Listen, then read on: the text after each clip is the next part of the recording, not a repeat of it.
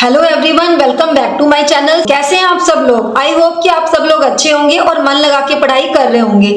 तो फ्रेंड्स, आज की वीडियो में मैं आपको बताऊंगी वातावरण का अर्थ एवं परिभाषा के बारे में और वातावरण के प्रभाव के बारे में। तो चलिए शुरू करते हैं। वातावरण का अर्थ एवं परिभाषा। वातावरण का अर्थ पर्यावरण से है। पर्यावरण शब्द दो शब्दों से मिलकर बना है, परि जमा आवरण, जिसमें परि का अर्थ होता है चारों ओर और आवरण का अर्थ होता है ढकना। यानी कि एक ऐसा वातावरण, एक ऐसा माहौल जो कि हमें चारों ओर से घेरे रखता है, वातावरण कहलाता है, एनवायरनमेंट कहलाता है। अतः पर्यावरण का अर्थ होता है चारों ओर से घेरने वाला। मनुष्य, जल, वायु, वनस्पति, पहाड़, पत्थर, नदी, वस्तु आदि से घिरा हुआ है। यह सब मिलकर पर्यावरण का निर्माण करते हैं। यानी कि एक जो मनुष्य होता है उस पर हमारे आसपास का जैसा माहौल होता है, जैसे हमारी जलवायु होती है, उस सब का असर पड़ता है और यह सब जो होते हैं आपस में मिलकर पर्यावरण का निर्माण करते हैं। इसे वातावरण या पोषण के नाम से भी जाना जाता है। वातावरण को पोषण, नर्चर के नाम से भी जाना जाता है। वातावरण मानव जीवन के विकास पर बहुत प्रभाव डालता है। एक व्यक्ति के विकास पर आसपास के वातावरण का बहुत ज्यादा असर देखने को मिलता है। इसलिए कुछ मनोवैज्ञानिक वातावरण को सामाजिक वंशानुक्रम भी कहते हैं। इसलिए कुछ ऐसे हमारे मनोवैज्ञानिक हैं जिन्होंने हमारे वातावरण को सामाजिक वंशानुक्रम भी कहा है। व्यवहारवादी मनोवैज्ञानिकों ने वंशानुक्रम से अधिक वातावरण को महत्व दिया है। हमारे जो व्यवहारवादी मनोवैज्ञानिक है उन्होंने वंशानुक्रम से ज्यादा वातावरण को महत्व दिया है। उनका मानना था कि एक व्यक्ति के विकास पर हेरिडिटी का तो असर पड़ता ही पड़ता है, लेकिन इससे ज्यादा व्यक्ति के वातावरण का भी असर दिखाई देता है एक व्यक्ति के विकास पर, कि व्यक्ति कैसे माहौल में रहता है, कैसे एनवायरनमेंट में रहता है, कौन कौन सी चीजों का उस पर प्रभाव पड़ता है। तो अब हम पढ़ेंगे इसकी परिभाषा के बारे में। एनास्टेसी के अनुसार पर्यावरण वह हर चीज है जो व्यक्ति के जीवन के अलावा उसे प्रभावित करती है। यानी कि व्यक्ति के जीवन में जो भी आसपास का माहौल होता है, जो भी आसपास का वातावरण होता है, वो सब उसे प्रभावित करता है। जिस भट्ट के अनुसार जो किसी एक वस्तु को चारों ओर से घेरे हुए हैं तथा उस पर प्रत्यक्ष प्रभाव डालता है वह पर्यावरण होता है। उनका मानना था कि व्यक्ति के जीवन में जो भी उसका आसपास का माहौल होता है उसका उस पर बहुत असर दिखाई देता है, बहुत ज्यादा प्रभाव पड़ता है व्यक्ति की पर्सनैलिटी पर भी और व्यक्ति के सर्वमुख विकास पर भी। तो वह सब जो होता है हमारा पर्यावरण होता है। अब हम पढ़ेंगे वातावरण के प्रभाव के बारे में। वातावरण के प्रभाव का वर्णन निम्न प्रकार किया जा सकता है। नंबर 1 इज शारीरिक अंतर का प्रभाव। व्यक्ति के शारीरिक लक्षण वैसे तो वंशानुगत होते हैं, किंतु इस पर वातावरण का भी प्रभाव पड़ता है।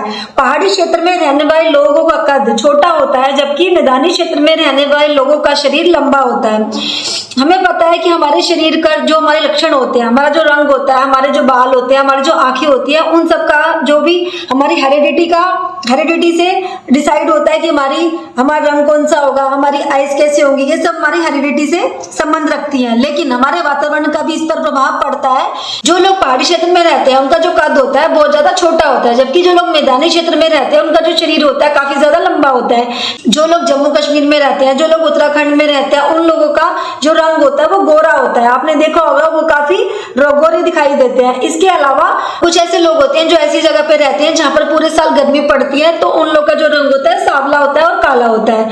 तो अनेक पीढ़ियों से निवास स्थल में परिवर्तन करने के बाद उपरोक्त लोगों के कद एवं रंग में अंतर वातावरण के प्रभाव के कारण देखा जाता है। कि जो पीढ़ियां होती हैं, कभी कहीं पे किसी की जॉब लग जाती है, कभी किसी को कहीं जाना पड़ता है, वो कहीं ऐसी जगह पे रह रहा होता है काफी टाइम से, तो इन सब चीजों का भी एक व्यक्ति पर बहुत ज्यादा असर जो होता है दिखाई देता है। नेक्स्ट 1 इज प्रजाति की श्रेष्ठता पर प्रभाव। कुछ प्रजातियों की बौद्धिक श्रेष्ठता का कारण वंशानुगत ना होकर वातावरणीय होता है।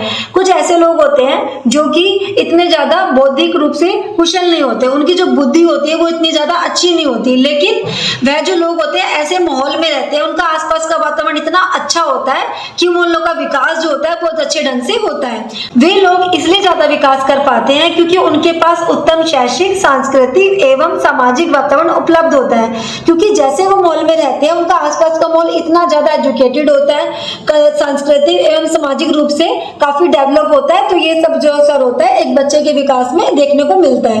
उदाहरण के लिए यदि आप एक महान व्यक्ति के पुत्र को ऐसी जगह पर छोड़ दें जहां पर शैक्षिक, सांस्कृतिक एवं सामाजिक वातावरण उपलब्ध ना हो, उसको इस तरह का अच्छा माहौल ना मिले, तो उसका अपने पिता की तरह महान बनना संभव नहीं हो सकता। तो बच्चा जो होता है इतना ज्यादा महान नहीं बनेगा जैसा कि उनके पिता होते हैं। तो नेक्स्ट इज व्यक्तित्व पर प्रभाव। व्यक्तित्व के निर्माण में वंशानुक्रम की अपेक्षा वातावरण का अधिक प्रभाव देखने को मिलता है। कोई भी व्यक्ति उपयुक्त वातावरण में रहकर अपने व्यक्तित्व का निर्माण करके महान बन सकता है। ऐसे कई उदाहरण हमारे आसपास देखने को मिलते हैं, जिसमें गरीब और निर्धन जो व्यक्ति होते हैं वो भी अपने परिश्रम से और अपनी लगन से श्रेष्ठ सफलता प्राप्त कर पाते हैं। न्यूमैन, फ्रीमैन और होल्जिंगर ने इस बात को साबित करने के लिए 20 जोड़े जुड़वा बच्चों को अलग अलग वातावरण में रखकर उनका अध्ययन किया। उन्होंने 20 जो जोड़े थे जुड़वा बच्चों के, उन्हें अलग अलग माहौल में रखा, अलग अलग वातावरण में रखा। फिर उन्होंने देखा कि इसका क्या निष्कर्ष निकला। उन्होंने एक जोड़े के एक बच्चे को गांव के फार्म पर और दूसरों को नगर में रखा। फिर उन्होंने देखा कि काफी अध्ययन करने के बाद उनमें प्राप्त अंतर देखा गया। फार्म का जो बच्चा था वो अशिष्ट था, चिंताग्रस्त था और बुद्धिमान था, और उसके विपरीत जो बच्चा नगर में रहता था वह बच्चा शिष्ट था, चिंता मुक्त था और अधिक बुद्धिमान था। तो हम जैसे माहौल में रहते हैं, जैसे माहौल में बड़े होते हैं, उन सब चीजों का असर भी हमारे व्यक्तित्व पर देखने को मिलता है। तो नेक्स्ट इज मानसिक विकास पर प्रभाव। गॉर्डन नामक मनोवैज्ञानिक का मत है कि उचित सामाजिक और सांस्कृतिक वातावरण नहीं मिलने पर मानसिक विकास की गति धीमी हो जाती है। उसने यह बात नदियों के किनारे रहने वाले बच्चों का अध्ययन करके सिद्ध की। गॉर्डन नामक मनोवैज्ञानिक ने यह बताया कि अगर हमें हमारा जो आसपास का माहौल होता है, सामाजिक और सांस्कृतिक, अगर हमें अच्छा नहीं मिलता है तो उससे इसका जो असर होता है हमारे मेंटल डेवलपमेंट पर भी दिखाई देता है, हमारे मानसिक विकास पर भी दिखाई देता है। इन बच्चों का वातावरण गंदा था और समाज के अच्छे प्रभावों से दूर था। अध्ययन में यह पाया गया कि गंदे एवं समाज के अच्छे प्रभावों से दूर रहने के कारण बच्चों के मानसिक विकास पर भी प्रतिकूल असर दिखाई देता है। क्या जो बच्चे थे उनका आसपास का जो माहौल था वो इतना अच्छा नहीं था, काफी गंदा था, और समाज के जो अच्छे लोग थे उनसे उनका संपर्क नहीं था, उनसे काफी दूर थे। तो अध्ययन करके पाया गया कि गंदे और समाज के अच्छे प्रभावों से दूर रहे वो बच्चे, तो इसका असर उनकी बुद्धि पर भी पड़ा, उनका जो मानसिक विकास था वो इतने अच्छे ढंग से डेवलप नहीं हो पाया। नेक्स्ट इज बालक पर बहुमुखी प्रभाव। वातावरण बालक की शारीरिक, मानसिक, सामाजिक, संवेगात्मक आदि सभी अंगों पर प्रभाव डालता है। इसकी पुष्टि एवरोन का जंगली बालक के उदाहरण से देखी जाती है। इस बालक को जन्म के बाद एक भेड़िया उठा ले गया था और उसका पालन पोषण जंगली पशुओं के बीच में हुआ था। यह जो बच्चा था उसे जंगली जानवर उठा ले गया था उसके जन्म के बाद, और वो जंगली जानवरों के बीच में रहा, तो वही सब चीजें उसके व्यवहार में देखने को मिली। कुछ शिकारियों ने उसे 1799 ईस्वी में पकड़ लिया। उसकी आयु उस समय 11 अथवा 12 वर्ष की थी। उसकी आकृति पशुओं सी हो गई थी। वह उनके समान ही हाथों पैरों से चलता था। वह कच्चा मांस खाता था।